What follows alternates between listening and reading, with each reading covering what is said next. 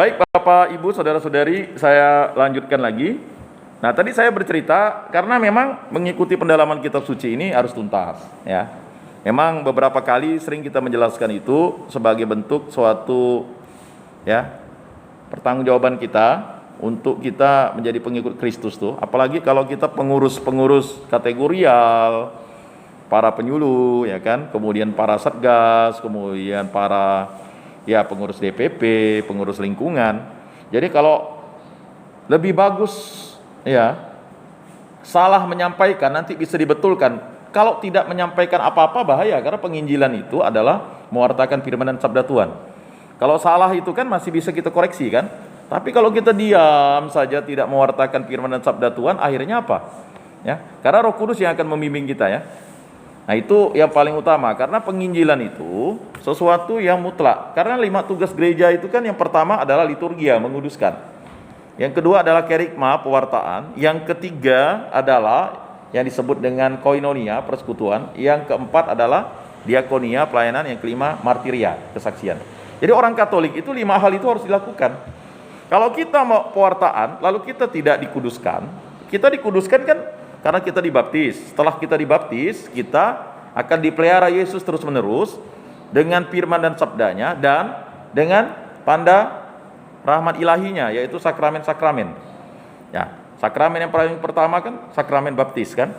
Nah, Yesus membaptis kita bukan dengan air ya, tetapi dengan darahnya dan roh. Nah, itulah kita menerima sakramen krisma. Lalu sebelum menerima sakramen krisma kan kita dipelihara terus.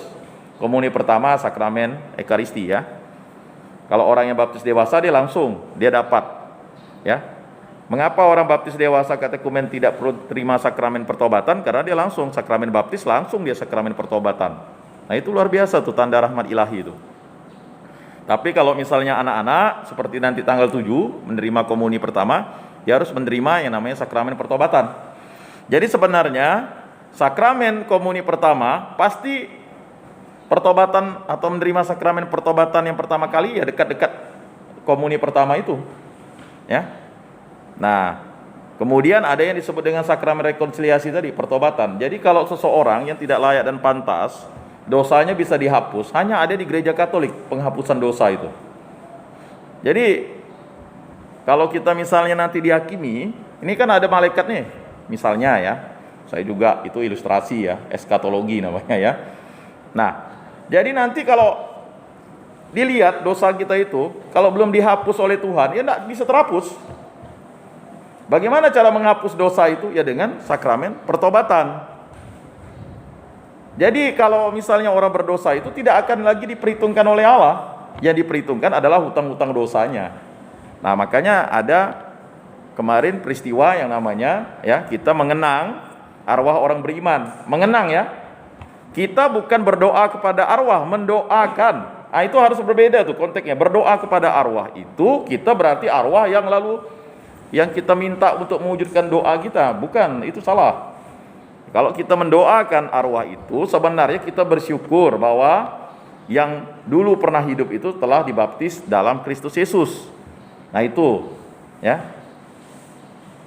Beda hal kalau misalnya ya orang-orang kudus yang sudah dikanonisasi oleh gereja ya, itu berarti dia sudah bisa kita minta doanya. Misalnya ya jelas Santa Maria itu udah jelas ya, Bunda Allah itu ya. Kemudian misalnya Santo Yosef, doakanlah kami, kan begitu ya kan. Kalau kita berdoa bersama Maria kan, ya Bunda doakanlah anakmu. Mana kita bilang ya Bunda kabulkanlah doa kami, itu Allah. Nah, hati-hati, banyak kita sebagai orang Katolik ini persepsi kita itu salah menyampaikan gitu Pak. Ya, kita bukan berdoa kepada arwah, ya kan? Mengenang arwah orang beriman. Misalnya mengenang arwah beriman 1 tahun. Siapa gitu Pak? Mengenang ya. Loh, apakah kita tidak yakin dia masuk surga? Tidak, mengenang itu berbeda konteksnya. Jangan-jangan yang kita sudah sampaikan itu dia sudah berbahagia di rumah Bapa di surga, atau jangan-jangan pun masih di api penyucian. Ya. Makanya kita sebagai orang Katolik memiliki sarana yang luar biasa itu. Ya, makanya sakramen-sakramen ini untuk memelihara kita. Kalau kita tidak bersama dalam Kristus dan tidak tinggal dalam Kristus, kita akan ya pasti ya bisa dikalahkan oleh kedosaan iblis dan juga oleh nafsu kita. Kan ada 3 hal tuh yang membuat kita menjadi sesat. Yang pertama adalah ya yang disebut dengan keinginan daging tadi itu, keinginan dunia. Ya, kemudian yang kedua adalah iblis. Itu jangan itu ditinggalkan. Ini oknum yang pertama kali kan. Tapi sebenarnya Hawa berdosa itu karena keinginannya memakan buah itu. Dia melihat buah itu menarik, maka itulah dosa keduniaan. Lalu si iblis merayunya, dia bilang kalau kamu makan buah itu kamu akan sama seperti Allah. Ya kan? Kan enggak ada iblis katakan di atas Allah sama seperti Allah. Ya kan? Iblis dia tahu bahwa dia diciptakan Allah karena dia dulu adalah malaikat. Tapi dia jatuh ke dalam dosa dan dia ya menolak atau untuk menyembah Allah. Makanya dia mengutuki dirinya, ya. Malaikat ya yang baik itu malaikat mengikuti kehendak Allah, malaikat jahat ya iblis namanya. Apapun namanya. Nah, kemudian jelas ada yang disebut dengan hawa nafsu. Nah, hawa nafsu itu ada dalam diri kita. Ya, itu pasti. Betul kan? Ya. Ya, lalu ada persamaan kata antara hawa, tidak, itu mungkin semacam ya di Indonesia lah sama bahasanya ya. Jadi mengapa Hawa itu lalu ya mengajak Adam, ya kan? Nah, akhirnya kan Adam ya memakannya juga, dibujuk kan? Nah, sehingga waktu misalnya Allah minta pertanggungjawaban ya, lalu Adam menuduh Hawa, perempuan yang kau beri di samping aku itu, di sampingku itulah yang membujuk aku. Lalu Hawa bilang, ular yang itulah membujuk aku. Oh, memanglah, ya kan? Akhirnya ular itu ya yang awalnya berkaki lalu dengan perutmu lah kamu akan menjalar kan. Si perempuan kan begitu juga. Nah, inilah yang membuat manusia akhirnya sesat. Ya. Dan akhirnya menjadi berdosa. Dosa menguntip kamu. Karena 3 hal itu, keduniaan atau kedagingan tadi, kemudian iblis. Ya, itu jangan kita sebagai orang beriman katakan ya kok bisa ya? Ya bisa, karena ada yang oknum ini nih, yang di tengah-tengah nih. Kemudian hawa nafsu. Nah, ya udah. Kalau udah keinginan dunia, ya iblis tenang-tenang saja, ya kan? Tapi kalau orang yang sudah bisa mengalahkan dunia ini, iblis masih ya. Tuhan Allah saja dicobai kok. Apa yang pertama adalah dia tahu bahwa Yesus lapar. Disuruhnya batu dirubah menjadi roti.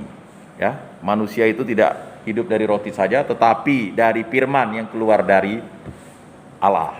Kemudian yang kedua, dia memberikan cobaan yang luar biasa. Ya, mencobai Tuhan Allah. Jika kamu menjatuhkan diri kamu dari bait Allah ini, pastilah malaikat-malaikat akan ya kan membuat kamu tidak terjatuh atau terbantum atau diletakkan di tangan malaikat. Waduh. Berikutnya yang ketiga adalah jika kamu menyembah ya aku akan memberikan kekuasaan ini. Bayangkan ya, iblis itu luar biasa dia. Ya. Nah, balik lagi. Nah, ini yang terjadi, bagaimana ya jemaat di Efesus, Kolose dan juga surat kepada Filemon ini merupakan suatu hal yang menguatkan iman ya para jemaat waktu itu. Berarti ada krisis di mana Paulus sendiri tidak mewartakan Injil. Ingat, Paulus tidak mewartakan Injil. Bagaimana dia bisa mewartakan Injil? Karena dia di penjara. Ya. Makanya itu ditulis, ya, kita bisa tulis, dilihat di Kolose bab 1 ayat 4, Kolose bab 2 ayat 1, datanglah wakilnya Epapras, bab 1 ayat 7. Jadi dia menggunakan perwakilan, Epapras namanya. Nah, selanjutnya membawa berita yang mengkhawatirkan. Paulus menjadi prihatin dan segera menanggapi berita itu dengan sepucuk surat kepada jemaat di Kolose. Surat itu dibawa ke sana oleh ya Tihikus. Jadi dia menggunakan surat. Ya, tetapi reaksinya terhadap bahaya yang baru itu memperdalam, ya, pikiran sang rasul, sama seperti Roma dipakai untuk mengatur pikiran-pikiran, ya, mengatur pikiran-pikiran yang tercetus dalam Galatia. Demikian pun sekarang Paulus menulis sepucuk surat menulis sepucuk surat lain lagi. Di sana ia menyusun ajarannya dengan berpedoman sebuah titik lain lagi. Di sana ia menyusun ajarannya dengan berpedoman sebuah titik pandangan yang dipaksakan kepadanya oleh pertikaian di Kolose. Jadi ada pertikaian di Kolose, maka dia memaksakan pandangannya, ya. Ya, lalu itu disebut dengan sintesa yang mengagumkan, itu tidak lain kecuali surat kepada jemaat di Efesus, ya. Ya, hanya judul semacam itu yang dalam surat sendiri tidak pasti juga, ya. Bagian dari kitab suci Efesius bab 1 ayat 1 plus, ya, dapat menipu. Paulus sesungguhnya tidak menulis kepada orang-orang Efesius umumnya. Bagian dari kitab suci Efesius bab 1 ayat 15, bab 3 ayat 2 sampai 4, khususnya kepada jemaat-jemaat di lembah-lembah pegunungan Lisia, tempat surat itu diedarkan. Kolose bab 4 ayat 16. Jadi kalau kita baca surat Rasul Paulus kepada jemaat di Kolose ini luar biasa sekali. Paulus tidak ke sana, tetapi dengan suratnya ini jemaat di Kolose itu menjadi tertegun dan kembali berbalik kepada Yesus Kristus. Sementara ahli pernah menolak keaslian kedua surat tersebut, tetapi Kolose dewasa ini lebih umum diterima sebagai karangan Paulus dan pendapat itu memang cukup berdasar. Jadi dulu para ahli katakan ini bukan tulisan Paulus. Ya jelaslah bagaimana Paulus bisa menulis, karena dia di penjara. Rupanya ada caranya waktu itu. Kalau Bapak Ibu pernah nonton film Santo Paulus atau Rasul Paulus, ya, silakan di Netflix itu ada, di Netflix kalau yang berlangganan, ya, bagus tuh. Rupanya dia mendiktekan itu kepada Lukas. Lukas itu ditolong, ya, oleh oknum pegawai penjara orang Roma bisa masuk. Nah, jadi Lukas itu masuk ke penjara, lalu, ya, Paulus itu mendiktekan, ya, isi ajaran dari Yesus Kristus melalui perantaran Paulus, lalu ditulis oleh Lukas. Nah, ini kemudian dititipkan surat itu kepada Epapras, ya, kepada Tikhikus, ya, atau Tikhikus, ya, dan ya sampailah surat itu. Dan ini luar biasa surat ini. Nah, makanya ahli pernah berpendapat bahwa ini bukan ditulis Paulus. Ya memang tidak ditulis Paulus, ditulis oleh Lukas atau ditulis oleh perantaranya yang masuk di dalam penjara itu. Ya. Karena tidak mungkin Paulus itu memiliki pena, memiliki, ya, yang namanya gulungan-gulungan, ya. Karena dulu bukan kertas sekarang mudah. Saya katakan beli 50.000 dapat 500 lembar. Dulu beli kertas itu fragmen itu ya bisa dari kulit domba, dari kulit binatang, dari daun papirus, dari semacam kain, ya. Kain dulu. Bisa jadi tidak ada ini ditulisnya di baju-bajunya. Kemudian disadur ulang lagi, kemudian barulah dikirim. Tapi itu memang Paulus ya menjelaskan inti iman kekristenan itu. Baik, itu Bapak-bapak, saudara-saudari yang terkasih mungkin bisa dipahami dulu, ya. Selanjutnya, gagasan-gagasan utama Paulus terdapat dalam Kolose, ya.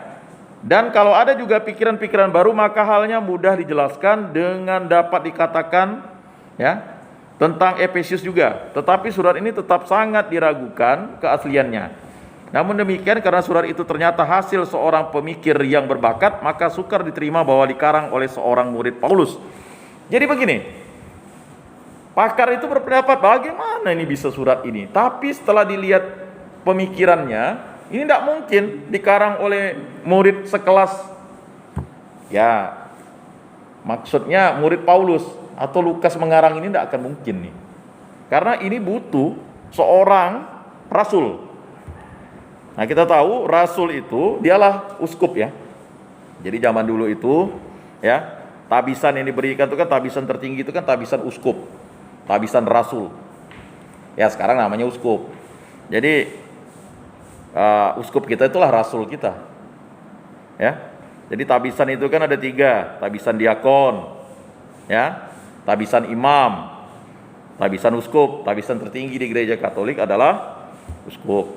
Uskup itu adalah, ya, umat yang berjabatan. Jadi ada 3 jenis umat kan, yang disebut dengan umat berjabatan, umat inti, dan umat awam. Nah, kita nih awam, yang hidupnya selibat seperti biarawan-biarawati disebut umat inti, ya. Kemudian kalau umat berjabatan itu seperti imam, ya, kemudian uskup, ya itulah disebut umat berjabatan. Dia memiliki jabatan. Jabatan apa?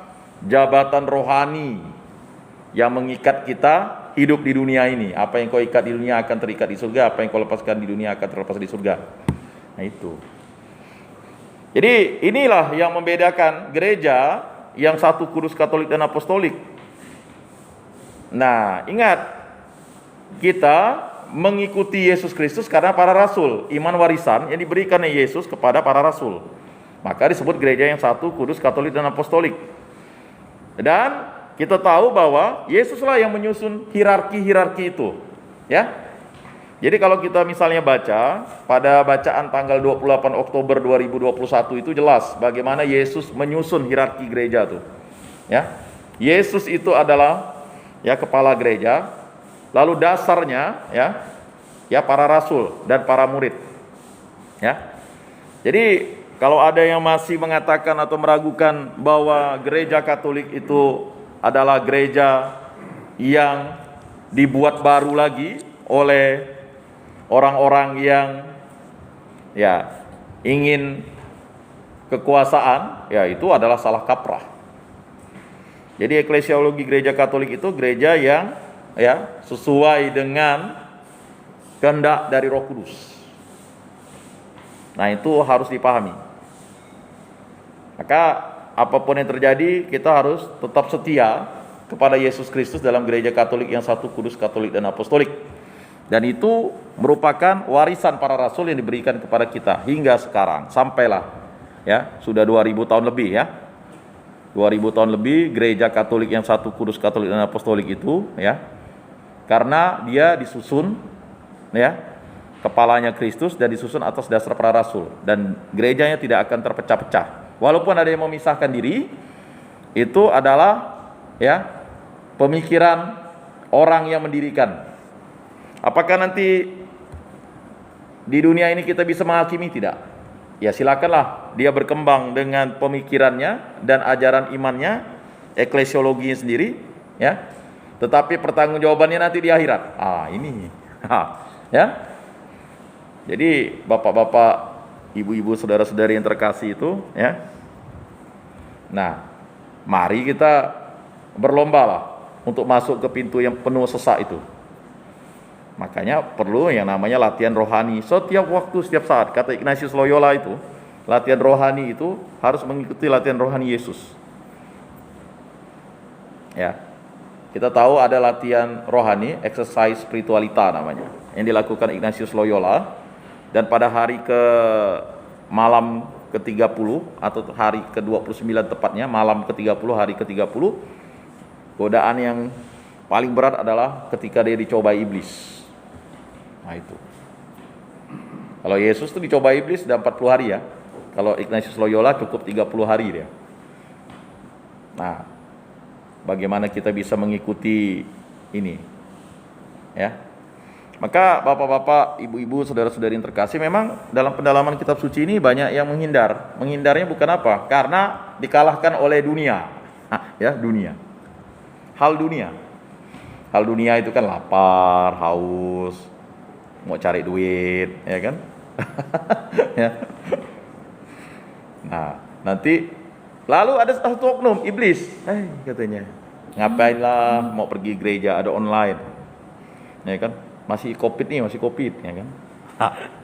Ada tidak pikiran di situ? Kalau tidak percaya silakan. Wah, berikutnya hawa nafsu. Hawa nafsu tuh akibat gara-gara kawin dua, berzina, selingkuh, tidak mau ke gereja kan? Itu hawa nafsu namanya, ya kan? Itu aja sebenarnya. Persoalan manusia itu 3 hal itu, ya. Kurang apa lagi? Udah dibaptis dengan air, dibaptis dengan darah, dibaptis dengan roh. Supaya apa? Roh Kudus melindungi, menyertai dan membimbing kita sampai akhir zaman kan? Yang membaptis dengan roh siapa? Ya kan? Yesus Kristus. Kalau membaptis dengan air, Allah Bapa di surga melalui perantaraan para nabi dan para rasul kan? Loh, berapa banyak kali dibaptis tuh manusia? Ya? Coba kita baca dalam kitab Kejadian kan? Itu ada baptisan Nuh, bagaimana Allah itu memusnahkan semua ciptakan dengan air bah. Itu kan baptisan dan memulai kehidupan baru. Ya kan? Karena manusia pada zaman Nuh itu sudah rusak. Ya. Lalu bagaimana bangsa Israel dibaptis ketika ya air itu terbelah menjadi dua. Nah, itu kan baptisan namanya. Nah, Bapak-bapak yang terkasih dalam Yesus Kristus, itu merupakan suatu hal yang memang harus menjadi pegangan kita seumur hidup. Ya. Nah, kita lanjutkan di sini. Maka jelaslah ya bahwa surat kepada jemaat di Kolose dan Efesus, ya, gaya bahasa Kolose dan Efesus yang bertutur panjang ini ada kalanya berlebih-lebihan. Itu berbeda sekali dengan pemikiran pendek, padat dan ya tegang seperti terdapat dalam surat-surat yang dahulu. Tetapi hal itu cukup dapat diterangkan juga karena Paulus kini mengamati ufuk baru yang jauh lebih luas. Selebihnya Paulus menggunakan macam-macam gaya bahasa, dan dalam 2 Korintus bab 9 ayat 8 sampai 14 atau Roma bab 3 ayat 23 sampai 26 dan lain-lain sudah terdapat contoh-contoh gaya bahasa kontemplatif dan lebih kurang liturgis yang sepenuh-penuhnya berkembang dalam Kolose dan Efesus. Nah, jadi di situ kita bisa lihat gaya kontemplatif dan liturgisnya. Ya, bagaimana surat Rasul Paulus ini. Maka kalau kita baca di surat Rasul Paulus kepada jemaat di Efesus dan kepada jemaat di Kolose dan kepada Filemon ini, inilah membuktikan kontemplasi yang panjang dan bagaimana ya liturgis itu sudah tersusun ya di bawah ya pemikiran besar dari Paulus. Ya, karena dia mengikuti kehendak Sang Maha Mulia, Sang Maha Agung. Bukan lagi aku yang hidup dalam diriku, tapi Kristus Yesuslah yang hidup di dalam diriku. Nah, jadi hal itu cukup dapat diterangkan juga karena Paulus kini mengamati ufuk barat yang jauh lebih luas. Selebihnya Paulus menggunakan macam-macam gaya bahasa, dan dalam 2 Korintus bab 9 ayat 8 sampai 14 atau Roma bab 3 ayat 23 sampai 26 dan lain-lain sudah terdapat contoh-contoh gaya bahasa kontemplatif dan lebih kurang liturgis yang sepenuh-penuhnya berkembang dalam Kolose dan Efesus. Satu-satunya kesulitan yang sesungguhnya berasal dari kenyataan bahwa beberapa bagian dari Efesus lebih kurang secara harafiah dan ada kalanya secara salah memungut pengungkapan-pengungkapan ya dari ya Kolose. Hanya Paulus tidak pernah menulis surat-suratnya dengan tangannya sendiri dari awal sampai akhir, maka gejala tersebut dapat diterangkan dengan berkata bahwa seorang murid memainkan peranan besar dalam menyusun Efesus. Ya. Adapun bahaya yang mengancam di Kolose berasal dari pemikiran berlebih-lebihan berdasarkan pandangan-pandangan Yahudi. Nah, itu dia. Jadi ada pandangan-pandangan Yahudi yang sempit. Harusnya iman itu berkembang, tidak sempit lagi, tetapi ada pandangan Yahudi yang menyempitkan itu. Nah, sekarang terjadi di kalangan kita. Kita mengikuti pandangan-pandangan yang sempit. Nah, ya, orang Katolik mau ikut pandangan yang sempit pula. Ya kan? Di gereja Katolik kan tidak ada diskriminasi. Gereja Katolik itu ya gereja yang menjunjung tinggi hak asasi manusia. Memang betul ya, kalau kita lihat ya belum ada di gereja Katolik, khususnya Katolik Roma, ditabiskan seorang perempuan. Tapi kita ingat ya, para rasul itu adalah Maria Magdalena. Ya, walaupun memang kenyataannya dalam situasi itu peran wanita laki-laki itu ya kan menjadi peran yang prioritas. Tetapi ingat, tidak ada peran laki-laki itu tanpa peran Bunda Maria. Maka disebut Bunda Allah. Karena ada yang bertanya, ngapa Bunda Maria disebut Bunda Allah? Loh, Yesus kan Allah. Bunda Yesus ya sama dengan Bunda Allah kan? Ya. Nah, gereja Katolik Bunda Maria ini kan sebenarnya harusnya Bunda Allah. Nah, nanti ada orang juga yang marah pula ya. Ya. Jadi kita harus paham itu. Ya. Putri Allah Bapa, kan gelarnya. Bunda Allah Putra, mempelai Allah Roh Kudus. Ya, mempelai Allah Roh Kudus. Kita semua adalah mempelai, pengantin-pengantin Kristus. Ya. Nah, maka untuk itu kita harus hidup di dalam Kristus Yesus. Nah, Bapak-bapak, ibu-ibu, saudara-saudari yang terkasih, pemikiran sempit itu maka dijelaskan di Kolose bab 2 ayat 16, yang bercampur baur dengan filsafat keyunanian. Pemikiran-pemikiran berlebih-lebihan tersebut memberi kepada daya-daya surgawi yang memimpin jalannya jagat raya sebuah peranan begitu penting sehingga menurunkan kedudukan utama Kristus. Paulus menerima saja adanya daya-daya semacam itu tanpa meragukan kegiatannya. Ia bahkan menyamakannya dengan malaikat-malaikat yang terdapat dalam tradisi Yahudi, bagian dari kitab suci bab 2 ayat 15. Hanya ia menerimanya untuk menempatkannya di tempatnya yang wajar dalam rencana penyelamatan Allah. Mereka telah berperan sebagai pengantara dan pengurus hukum Taurat, tetapi kini peranannya sudah habis sama sekali. Dengan menciptakan suatu dunia baru, maka Kristus, Kyrios, hadir sendiri menangani pemerintahan dunia semesta. Ya, jadi seperti itu. Jadi begini Bapak-bapak, ibu-ibu, saudara-saudara yang terkasih, dengan hadirnya Kristus, sebenarnya hukum Taurat itu tidak berlaku lagi bagi pengikut Kristus, hanya berlaku pada orang-orang Yahudi karena dia menantikan Mesias. Ya, sehingga ya hukum Taurat itu tidak pernah bukan untuk siapa-siapa. Hukum Taurat itu diciptakan oleh Allah untuk jemaat Allah supaya mengimani Yesus Kristus. Dan hukum Taurat itulah Kristus. Kegenapan hukum Taurat itu adalah Kristus. Jadi titik puncak segala puncak iman itu adalah Kristus. Nah, makanya peristiwa itu menjadi suatu peristiwa yang luar biasa. Nah, peninggiannya di surga sudah menempatkan Kristus di atas daya-daya kosmis yang telah dilucuti kekuasaannya dahulu. Bab 2 ayat 15. Memang sejak awal penciptaan Kristus sudah menguasai kekuasaan-kekuasaan itu, sebab dialah anak dan gambar Bapa. Tetapi dalam ciptaan baru Kristus menguasai daya-daya itu sebagai kepalanya dan secara definitif, oleh karena telah mempersatukan di dalam dirinya segenap pleroma, artinya kepenuhan beradanya, baik beradanya Allah maupun beradanya dunia di dalam Allah. Bab 1 ayat 13 sampai 20. Oleh karena sudah dibebaskan dari unsur-unsur dunia. Jadi kita sudah dibebaskan dari unsur-unsur dunia. Kita ini adalah makhluk jasmani, jiwa dan makhluk rohani.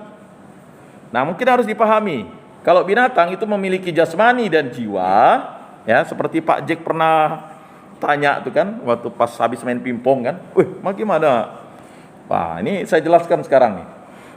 Jadi manusia itu terdiri atas 3 unsur. Yang pertama rohani, jiwa dan jasmani. Kalau binatang itu jasmani dan jiwa, wajar, dia hidup. Tumbuhan itu jasmani dan jiwa. Kalau tidak ada jasmaninya, orang bilang hantu kan?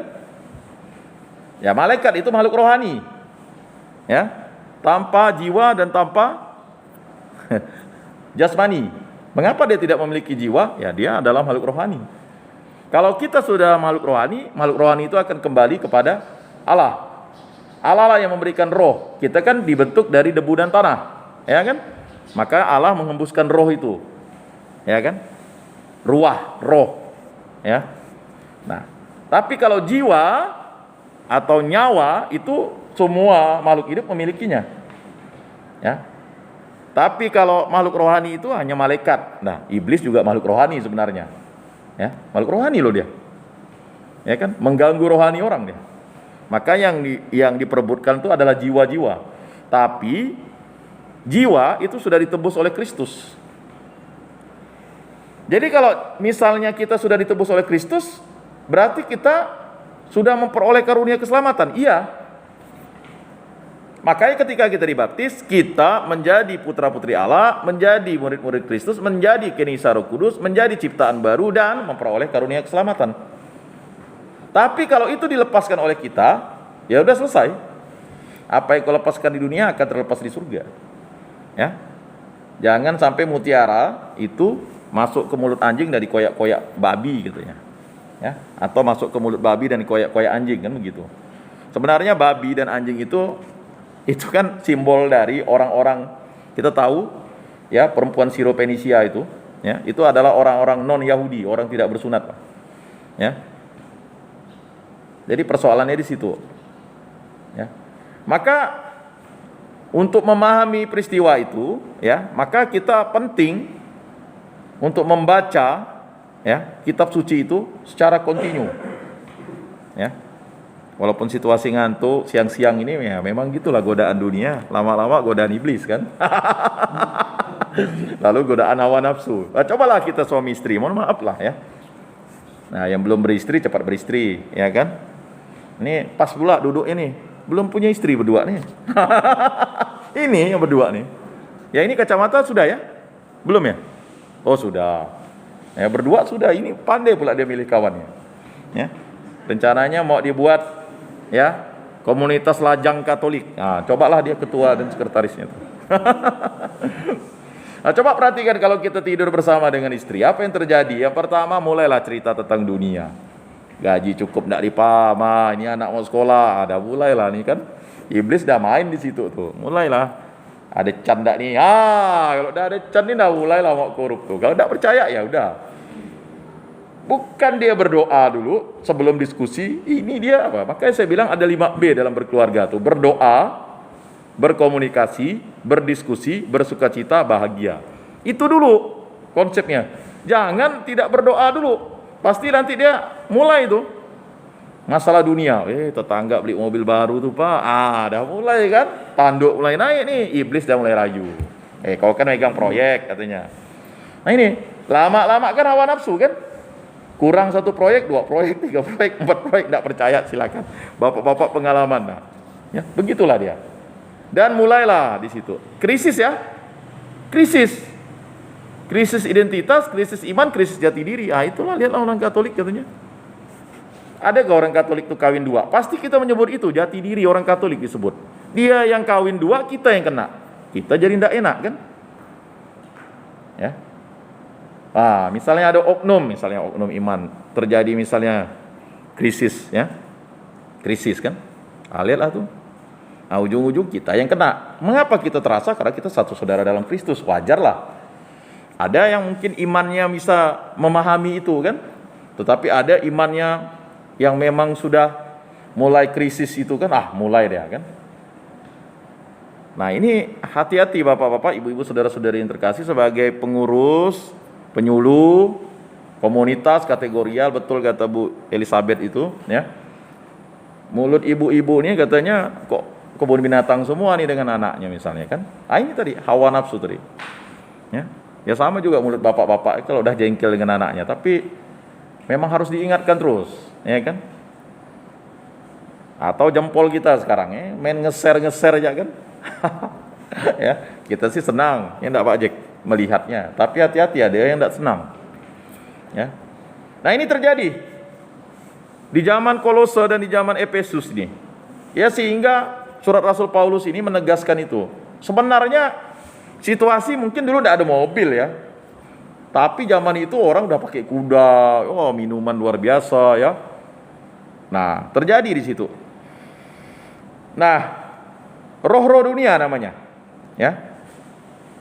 Kita bisa dilihat di bab 2 ayat 8 dan ayat 20. Berkat persatuannya dengan kepala dan oleh karena mengambil bagian dalam kepenuhannya, bab 2 ayat 10, maka orang-orang Kristen tidak perlu menaklukkan diri kepada kekuasaan lalim, ya. Unsur-unsur dunia itu dengan menempati macam-macam aturan yang sudah ketinggalan zaman dan tidak berguna lagi, bab 2 ayat 16 sampai 23 itu. Unsur-unsur dunia udah ketinggalan zaman, dah kuno dah tuh ajaran itu. Nah inilah yang sama sekali perlu dipahami. Ada orang Katolik yang masih terikat dengan unsur dunia, ya kan? Ya mohon maaf, ini sih, ya contoh ya, yang sering terjadi. Misalnya, bawalah kopi, bawalah makanan ke kuburan, ya kan? Biar dia bisa menghirup. Kalau kita pikirkan, nanti kalau kita beritahu langsung, ini di keluarga terdekat atau keluarga inti kita, repot. repot.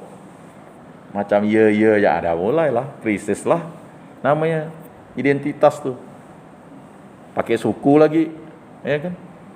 Kita kan menghargai, menghormati, ya betul, menghargai dan menghormati. Tapi pada prinsipnya itu kan hanya kita mencintai iman kita. Ingat ya, kita mencintai kekatolikan kita, tapi kita menghormati, menghargai, tidak masalah. Cuman jangan sampai dia tersesat, ya kan?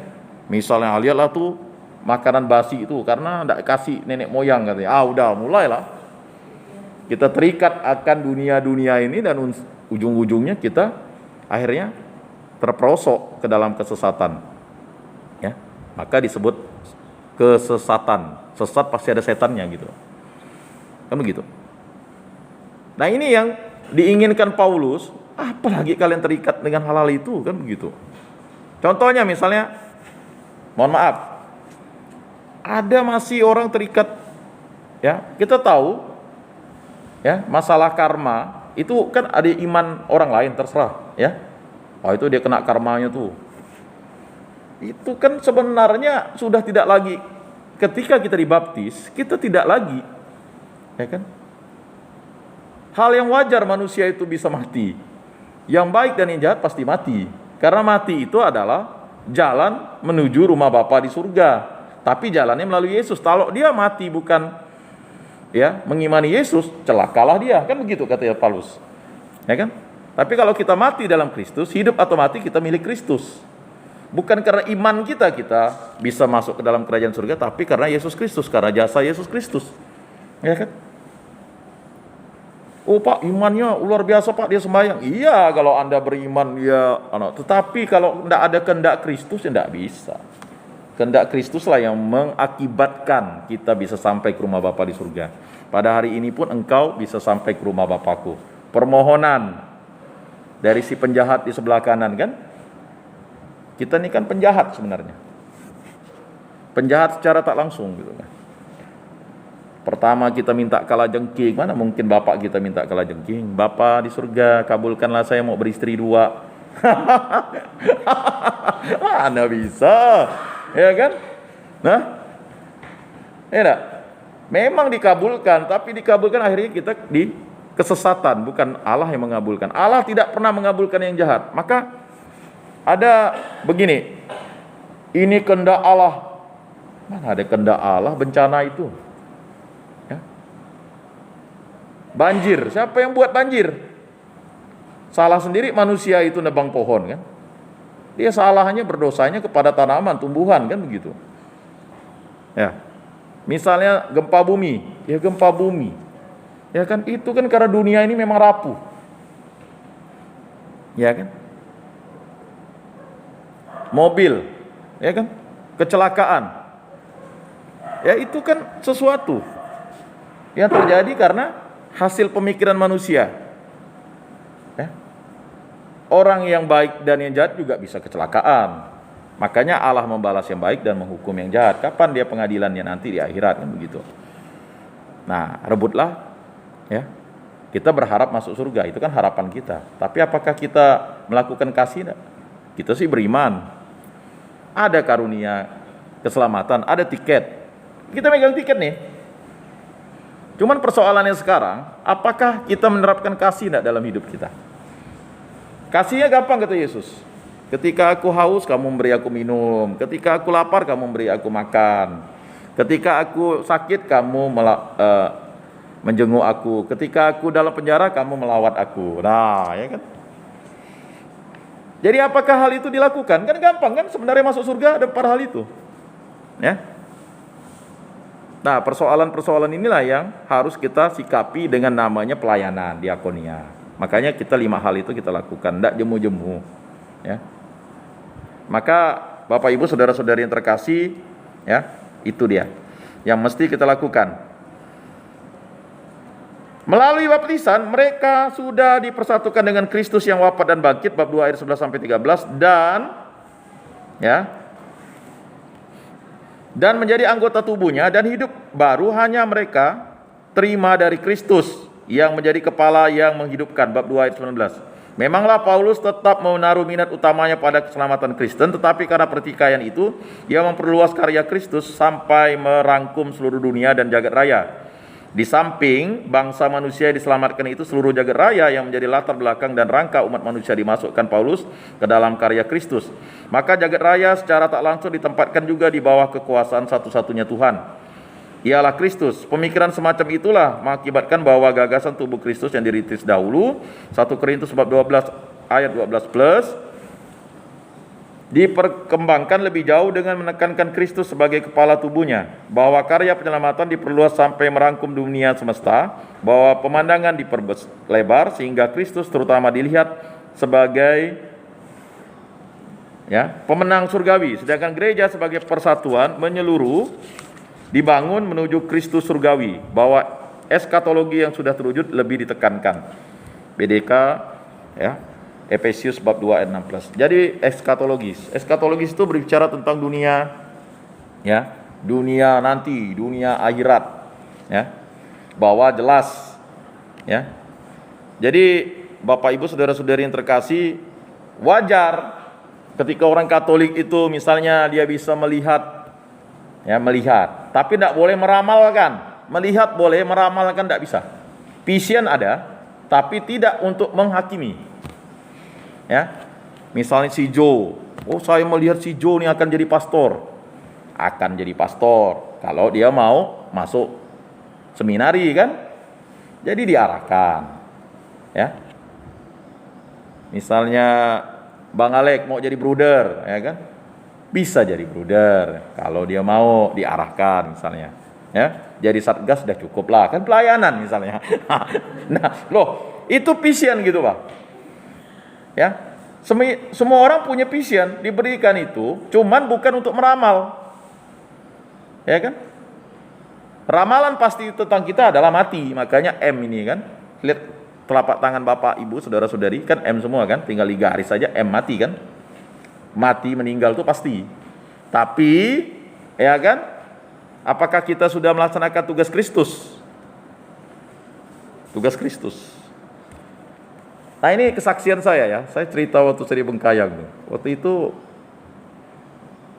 saya tidur setengah jam 12 tuh, Kristus datang nijak kepala saya. Saya tidak tahu karena saya mau pindah, tidak mau jadi penyuluh ke apa. Itu semenjak itu, aduh,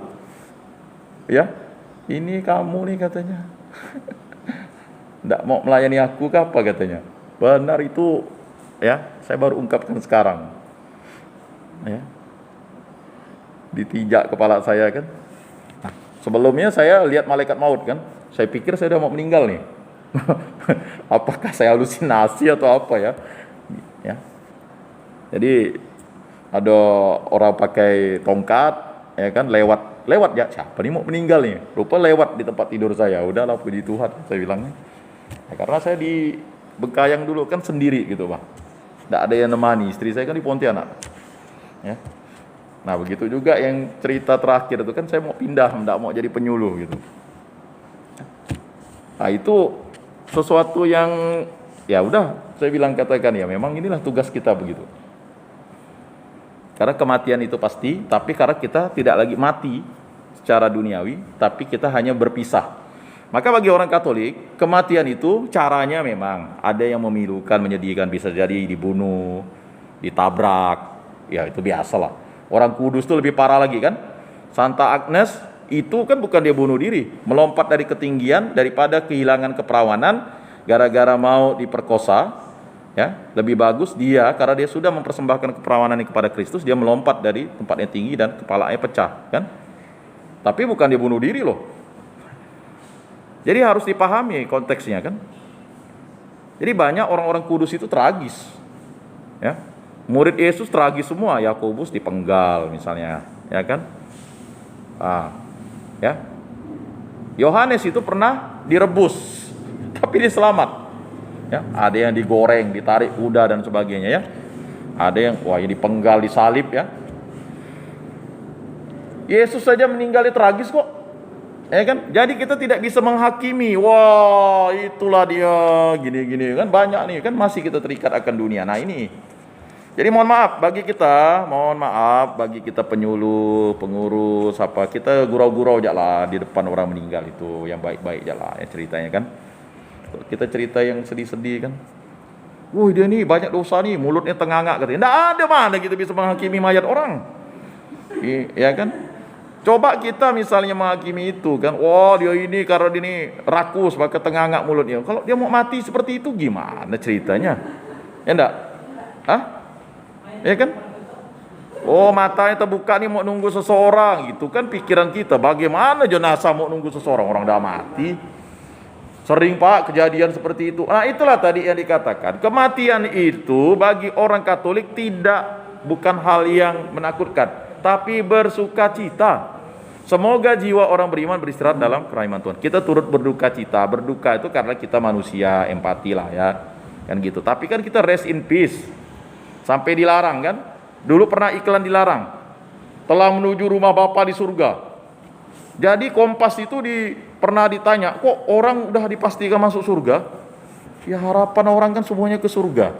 Kita intensi misa memangnya kita tidak kan? Kita kan menginginkan yang terbaik bagi diri kita dan orang yang kita cintai kan? Kasih tadi itu.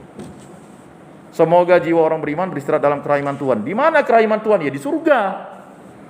Ya kan? Gereja memberikan penekanan yang sangat halus. Semoga jiwa-jiwa orang beriman beristirahat dalam kerahman Allah. Kerahman Allah di mana ya? Kerahman Allah ya surga. Kerajaan Allah ya surga. Surga itulah kerajaan Allah. Nah, ini juga harus dipahami. Jadi kita sebagai orang Katolik tidak bisa menghakimi. Waduh, inilah, ya kan? Jadi tidak ada misalnya matanya terbuka sebelah. Nah, kita kan tidak tahu cara kita mati nanti. Semua mau cara matinya nyaman, ya mana? Ya. Ada yang mau, enggak, semua murid Yesus itu kan cara matinya tuh ya tragis. Disalib terbalik, dipenggal. Ada yang ditusuk pantatnya pakai tombak sampai ke atas. Ya, ada yang dilempar ya, para martir itu dilempar di kawah. Ya, ada yang dimakan binatang buas dan sebagainya. Nah, sampai yang sekarang itu kan banyak martir-martir ditembak, ya kan? Nah, ini jadi pengikut Kristus ya, siap-siaplah. Tetapi kita tetap harus berdoa terus-menerus supaya Allah, ya kan, tetap melindungi menyertai kita. Allah tetap melindungi. Maka Eloi Eloi lama sabatani itu kan sebenarnya yang sering dipersoalkan itu kan bukan mau bercerita Yesus lalu bilang Allah meninggalkan dia, tapi Yesus ingin menyampaikan firman manusia itu sering meninggalkan Allah. Ya kan? Ini mau menekankan kalau kamu ingin bersama Allah ya kamu harus hidup dalam Allah, jangan meninggalkan Allah. Setetes darah pun jangan kan begitu. Nah, itu. Ini sebenarnya ingin disampaikan. Maka Bapak-bapak yang terkasih dalam Yesus Kristus, jelaslah di situ, ya, pemandangan seperti ini di atas terulang dalam Efesius, tetapi usaha untuk menaruh daya-daya surgawi yang terlalu dinilai itu pada tempatnya yang wajar sudah menghasilkan buahnya. Efesius bab 1 ayat 20 sampai 22. Maka perhatian terutama diarahkan kepada gereja. Ia merupakan tubuh Kristus yang meluas sampai menjadi jagat raya baru, kepenuhan Dia yang memenuhi semua dan segala sesuatu. Bab 1 ayat 23 plus. Dalam pemandangan yang paling tinggi yang merupakan puncak segenap kerajaannya ini, Paulus memungut beberapa pikiran dari masa dahulu untuk menempatkannya di dalam sintesa yang dicapainya. Teristimewanya ia memikirkan kembali persoalan yang dibahasnya dalam surat kepada jemaat di Roma yang berupa puncak dalam tahap pemikiran dahulu. Ia tidak hanya dengan sepintas lalu meningkatkan pandangannya mengenai keadaan lampau bangsa manusia yang berdosa dan keselamatan yang dengan cuma-cuma dianugerahkan melalui Kristus, bab 2 ayat 1 sampai 10, tetapi juga memikirkan kembali masalah hubungan antara bangsa ya, agama Yahudi dan jemaat Kristen yang dahulu menggelisahkan Roma di situ ya. Dan kini persoalan itu dilihatnya dengan berlatar belakang eskatologis ya, yang sudah terlaksana. Kini kedua kelompok itu nampak baginya sebagai bersatu karena diperdamaikan di dalam satu orang. Jadi begini, jadi orang Yahudi dan orang non-Yahudi, orang bersunat dan orang tidak bersunat dipersatukan oleh satu orang, oleh Kristus Yesus yang mempersatukannya. Jadi Yesus itu, dialah jalan, dialah kebenaran, dialah hidup. Jadi karena Yesus itulah, maka orang-orang yang bersunat dan tidak bersunat itu menjadi bersatu. Gereja yang satu, kudus, katolik, dan apostolik. Ya kan? Jadi satu, Siapa? Yesus Kristus. Kudus dikuduskan oleh Yesus sendiri. Kemudian yang Katolik universal untuk semua orang. Jadi tidak ada gereja Katolik Dayak Indonesia, ya kan? Gereja Katolik Tionghoa Indonesia, gereja Katolik Batak Indonesia, tidak ada. Tidak boleh seperti itu, malah mengkerdilkan diri sebenarnya itu. Ya ini tidak ingin mengkultuskan gereja lain ya, tapi tidak ada masa lalu gereja Flores Katolik Indonesia, ya kan? Gereja Katolik Jawa Indonesia, ya tidak ada. Kalau udah gereja Katolik ya gereja untuk semua manusia, ya kan? Nah, kemudian yang apostolik mengikuti ajaran para rasul, karena para rasul itulah yang mendapat firman langsung dari Allah yang hidup menjadi manusia. Dialah Yesus Kristus. Dia dilahirkan oleh perawan Maria. Itulah syahadat para rasul. Ya. Jadi banyak di antara kita jangan sampai lalu ya, banyak yang mungkin doa aku percaya itu hanya mungkin waktu berdoanya pada saat ya doa rosario pasti kan. Mengapa dia ditempatkan di pertama kan? Berarti kan ada kepentingan yang paling utama. Kemudian waktu ke gereja. Tapi sebenarnya doa aku percaya itu silakanlah didaraskan setiap hari ya. Itulah dia inti iman kita. Jadi kalau kita ya memberitahu saja orang tentang inti iman kita, itu sudah penginjilan sebenarnya. Itu rangkuman dari semua iman tuh. Ya. Maka disebut 12 pokok iman Katolik, syahadat para rasul, doa aku percaya, itu dia. Nah, dan justru kenyataan bahwa kaum kafir juga dapat memperoleh keselamatan Israel dalam diri Kristus.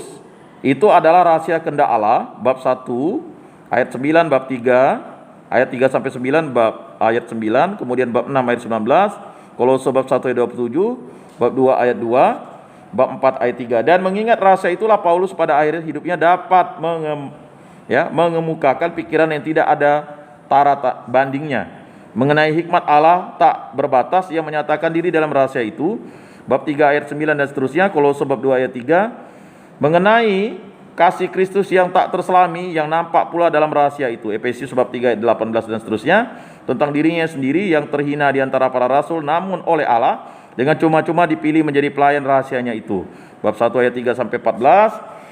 Dan akhir tujuan rahasia itu tidak lain kecuali pernikahan Kristus dengan bangsa manusia yang selamat, ialah gereja, bab 5 ayat 22 sampai 23. Jadi gereja itu adalah pengantin Kristus, mempelai Kristus. Jadi ikatan perkawinan itu adalah ikatan gereja dengan Kristus.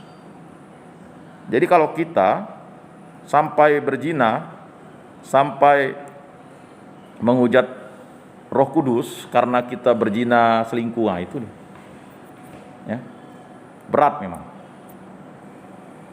Nah itu jangan sampai orang Katolik itu dicemarkan lah ya. Karena iblis, dunia dan dan hawa nafsu tadi. Tidak bisa, pohon yang baik menghasilkan buah yang baik, pohon yang buruk menghasilkan buah yang buruk. Pohon yang baik tidak mungkin menghasilkan buah yang buruk. Ya kan? Pohon yang buruk juga tidak mungkin menghasilkan buah yang baik. Nah itu surat kepada Filemon ditulis pada waktu yang sama dengan ditulisnya Kolose dan Efesius. Ia dialamatkan kepada seorang Kristen yang oleh Paulus sendiri ditobatkannya, ayat 9. Jadi Filemon ini seorang Kristen yang ditobatkan oleh Paulus. Di dalam surat kecil itu Paulus memberitahukan bahwa seorang budak bernama Onesimus yang melarikan diri dan oleh Paulus direbut bagi Kristus akan kembali kepada majikannya, ayat 10. Dengan tangannya sendiri, ayat 19, Paulus menulis surat kecil ini yang dengan bagusnya menyoroti kehalusan hati Paulus. Ini juga penting oleh karena memberitakan kepada kita bagaimana Paulus memecahkan masalah perbudakan. Roma bab 6 ayat 15 plus, meskipun hubungan sosial antara majikan dan budak tetap sama seperti dahulu, namun seorang majikan Kristen dan seorang budak Kristen selanjutnya harus hidup sebagai bersaudara untuk mengabdi majikan yang sama. Ayat 16, bagian dari kitab suci Kolose bab 3 ayat 22 sampai bab 4 ayat 1. Bapak Ibu saudara-saudari yang terkasih, nah itulah 3 surat yang kita dalami. Kita tidak mungkin bisa membedah surat Rasul Paulus ini, butuh beberapa waktu memang. Memang surat Rasul Paulus ini sesuatu yang luar biasa. Jadi sebagai orang Kristen itu tidak ada lagi perbudakan. Kita tidak ada boleh memperbudak orang. Semuanya saudara, satu saudara, ya. Satu saudara dalam Kristus. Kalau kita memang ada pembantu rumah tangga, itu adalah saudara kita. Ya kan? Memandang orang sebagai saudara dan sesama. Makanya ya itulah ya menjadi pengikut Kristus. Ya. Jadi Bapak Ibu saudara-saudari yang terkasih, terima kasih atas kehadirannya. Semoga bermakna dan bermanfaat bagi Bapak Ibu. Saya mengucapkan terima kasih ya Bapak Kat dari MRPD ya. Orang tua kita Pak Jack dan juga sahabat saya Pak Matius, ketua Bapak Kat sudah hadir ya. Semoga pada minggu depan dapat hadir lagi lebih banyak. Nah, minggu depan si Jo yang menjadi tuan rumah nih. Ya kan? Jadi jawaban atas doa-doa kita sudah ya kan dikabulkan Tuhan melalui si Jo. Maka saya bilang Jo tanya dulu pastornya kan begitu. Kita akan keliling mungkin nanti suatu saat di MRPD ya Pak Matius, Pak Jack ya bisa jadi ya silakan saja nanti bisa di Sisilia ya. Kemudian ibu yang satu ini dari paroki mana? Stella Maris, bisa di Stella Maris, tapi memang Stella Maris tadi saya lihat masih terus berproses belum lah ya. Mungkin tahun depan sudah bisa ya. Atau di tempat-tempat lain bisa juga di tingkat provinsi ya Bu ya, WK-nya misalnya ya kan. Enggak apa-apa Bu, ya kan? Karena kita ini harus saling memperkuat, apalagi namanya penginjilan di zaman sekarang ini. Ya kan? Orang beriman itu hanya formalitas. Apalagi di zaman Covid ini banyak jiwa yang harus dikembalikan kepada Kristus melalui alatnya kita. Jadi Bapak Ibu saudara-saudari yang terkasih, mari kita tutup pertemuan kita pada hari ini dengan doa.